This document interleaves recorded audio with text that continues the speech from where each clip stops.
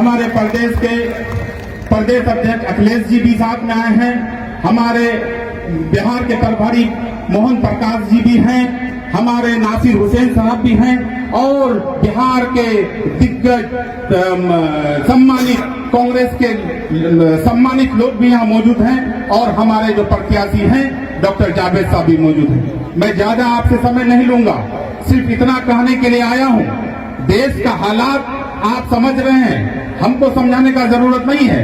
आज 3 पार्टियां आज खुल करके मैदान में है, जिसको हम लोग देखते हैं कि टक्कर दे सकता है, लेकिन आपको फैसला करना होगा कि देश कहां जा रहा है। आपको देश बचाना है, ये नहीं कि किशनगंज को देख करके आपको वोट देना है, फल्ला कैंडिडेट अच्छा है तो फल्ला कैंडिडेट अच्छा है, वो चीज नहीं देखना है। आपको देश का सम्मान, देश का संविधान, देश का नक्शा बचाना है। यही कहा करते मैं आप लोगों से एक बात और कहने के लिए कहना चाहता हूं कि मैं जानता हूं कि आप लोग डॉक्टर जावेद से खिलाफ में हैं, मैं जानता हूं, लेकिन आपको डॉक्टर जावेद को नहीं देख करके वोट देना है, आपको वोट देना है कांग्रेस पार्टी को देना है।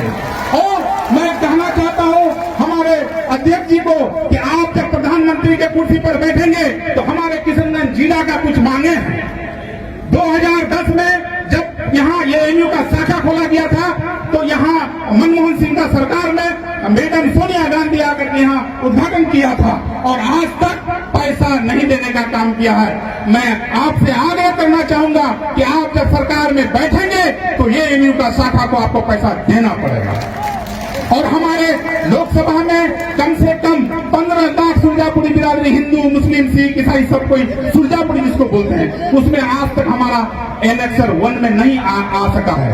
हम लोग शर्मिंदा हैं। मैं आपसे कहना चाहूंगा आप जब प्रधानमंत्री के कुर्सी पर बैठेंगे तो हम लोगों का एनेक्सर 1 में भी नाम आना चाहिए। मैं आपके मुंह से सुनना चाहता हूं। और तीसरी बात जो सबसे अहम है, हमारे हर घर से एक व्यक्ति बाहर में खटने के लिए गया है, कम से कम 5 लाख लोग खटने के नियत से गया है, महाराष्ट्र, दिल्ली, हरियाणा।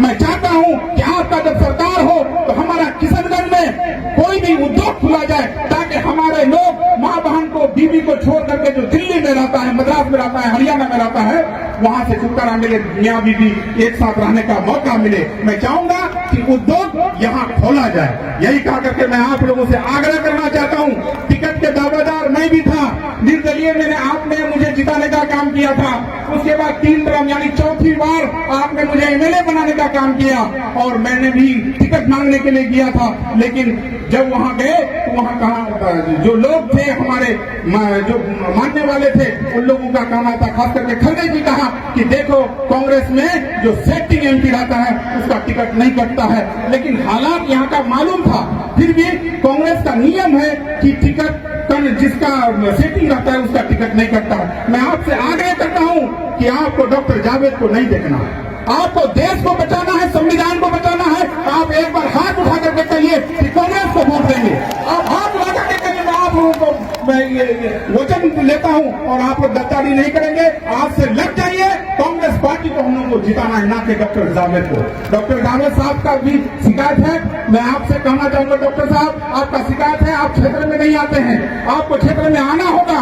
और मैं आप डॉक्टर साहब मैं आपके हवाले से मैं वचन लेता हूं कि डॉक्टर साहब आएंगे और आपका काम करेंगे, इसीलिए आपको वोट इधर उधर नहीं जाना है। इधर उधर जाएंगे तो बीजेपी जीत जाएंगे और बीजेपी जब जीत जाएंगे एनआरसी लग जाएगा, सीसीए लग गया है, एनपीआर लग जाएगा, फिर हम लोग कोई भाग के ले लेंगे। इसीलिए अपने आप को बचाना है, कांग्रेस पार्टी को वोट देना। यही कहकर मैं रुखसत देता हूँ। अस्सलाम वालेकुम, नमस्कार।